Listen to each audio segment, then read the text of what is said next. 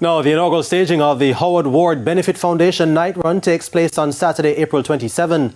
The 5K run walk will take place in Montego Bay and is organized in collaboration with the St. James Municipal Corporation. Race director is Alfred Frano Francis. From Fairview Shopping Centre to Bogue and back, it promises to be a knockout.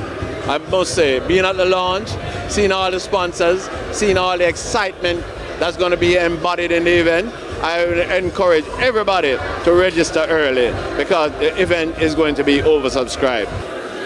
Well, the foundation was started 2017. However, we did not activate it until 2023 when my lifetime partners say, you know, we got to organize this in a more organized way, and hence we will get everything going.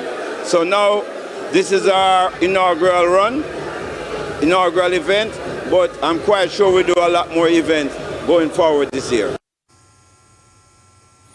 And finally this evening,